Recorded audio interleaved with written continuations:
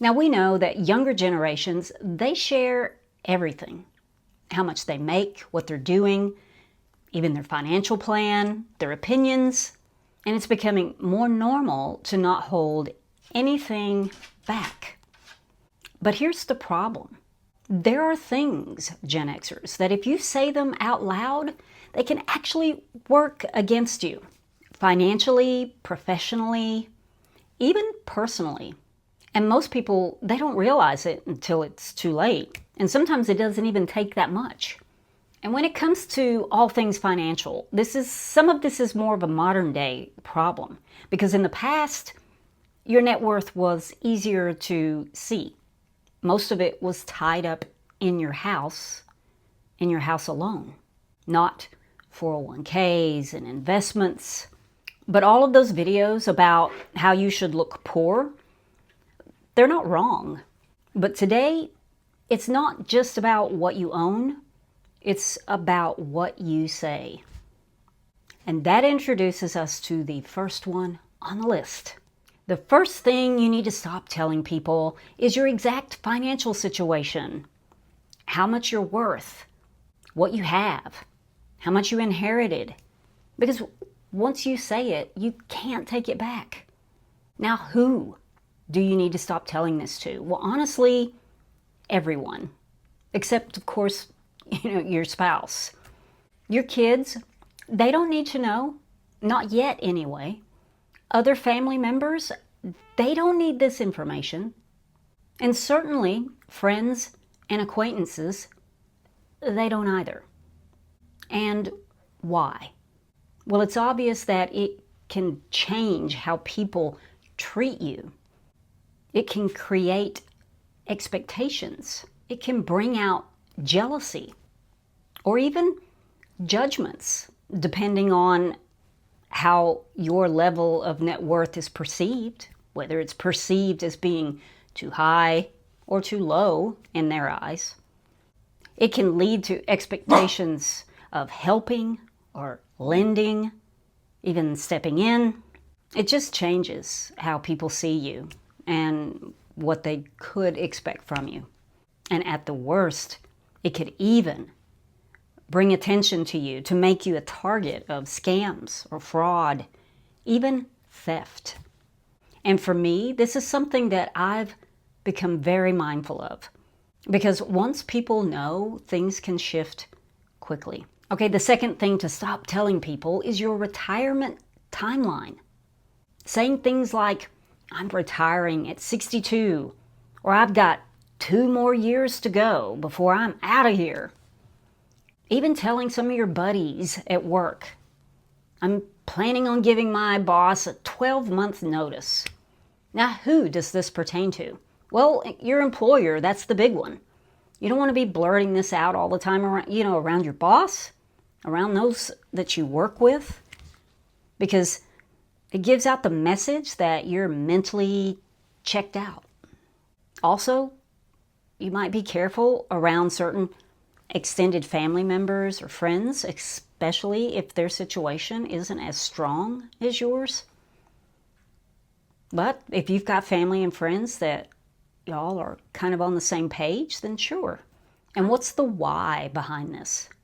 Because at work, it definitely changes how you're viewed. Now, you may not care, but you could get passed over or phased out prematurely. You lose leverage the moment that people know that you've got a plan for your exit.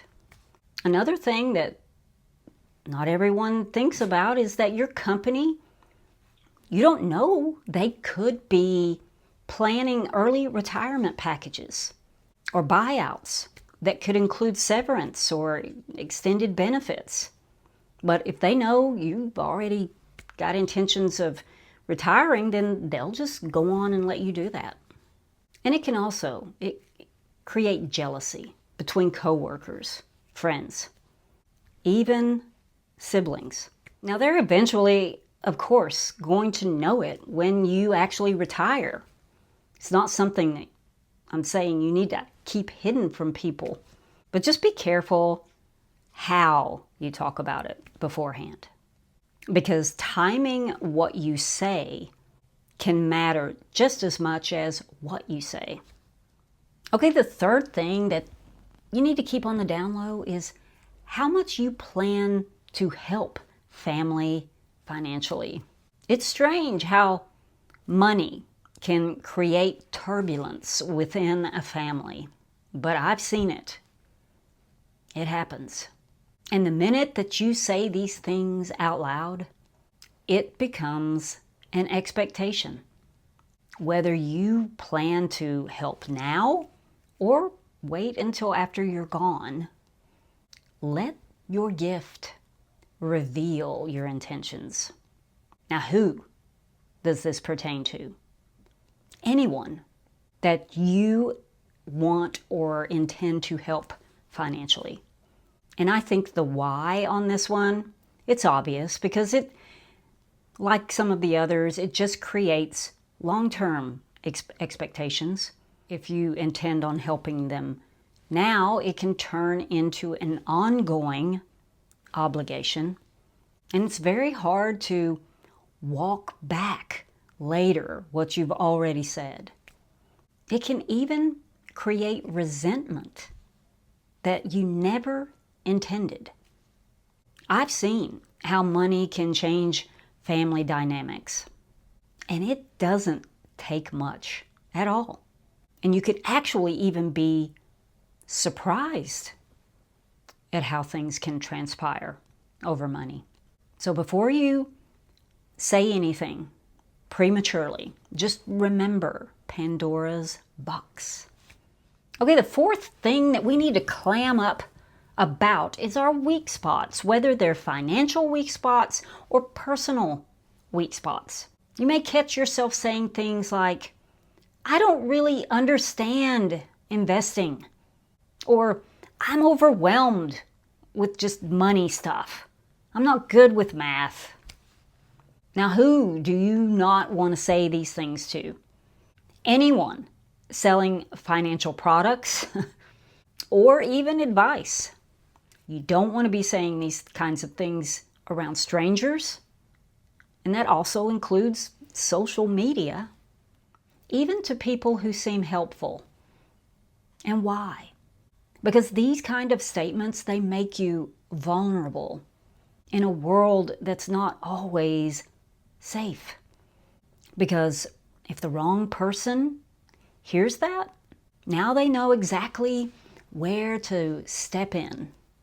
And this is how people get pulled into bad advice, high fee investments, or expensive products that they don't need, and sometimes just outright scams. Trusting the wrong, opportunistic person can be a very costly mistake. Okay, the fifth thing we need to stop telling people is how much cash or access that we have. Many times people may think that we're doing okay. You know, we've got a nice car, a nice home, maybe a 401k, a retirement fund. Those things might be easy to see. But they're all things that aren't easily accessible when it comes to cash. But if you're making comments like, I can pull whatever money I need whenever, or I've got a lot of cash set aside for an emergency, those kind of statements, they're different. And who do you not want to say these things to? Well, probably just about anyone. And why? Because it signals availability. It signals to people that might need help or have an emergency pop up that you would be a good person that could help them out. It could lead to pressure or requests. And in some cases, you attract the wrong kind of attention from the wrong kind of people. You're basically signaling that you're available and that you've got a bunch of cash that you could tap into very easily. And the sixth thing on the list that you need to stop telling people are your exit plans. Maybe you've got big plans on downsizing, moving, selling. Maybe you're moving to Thailand when you retire. Or I'm selling everything to, go live in an RV for the next 5 years. I mean, those are all great plans. Really, I like those a lot. And there's nothing wrong with those plans, but maybe don't be talking about them 10 years from when you know you might even be able to do them. And when the time gets closer to when these plans start becoming really real, then that's when you start talking to people about it. Because the more people you tell, the more opinions that you invite in, and not always the opinions you might like. People start inserting themselves into your decisions. Unsolicited advice, warnings, doubts, even maybe filling you with fear. Even people who mean well, they can be dream squashers. And I've noticed that the very minute that you decide to tell someone about your big dream, your big plan, some of them can be really quick on telling you how it won't work. And there's also recent research that shows that talking all the time about your big goal or your big dream, it can actually take some of the steam out of it for yourself. Even if you're not getting any negativity from others, you can be lessening your motivation subconsciously just by talking about it too much. So sometimes the smartest move isn't always what you do. It can also be what you don't say. Because once it's out there, you don't get to control how other people respond to it. And now I want to hear from you on this. Have you ever shared something that you wished you hadn't? Leave me a comment. I read them all. And if retirement is indeed something that you're thinking about, check out this video next. Build your 5-year plan before time runs out. All you have to do is just click right here beside my head, right over there. Thank you for watching and hanging out with me today. And as Casey Kasem used to always say at the end, keep your feet on the ground and keep reaching for the stars. I'll see you in the next video. Bye.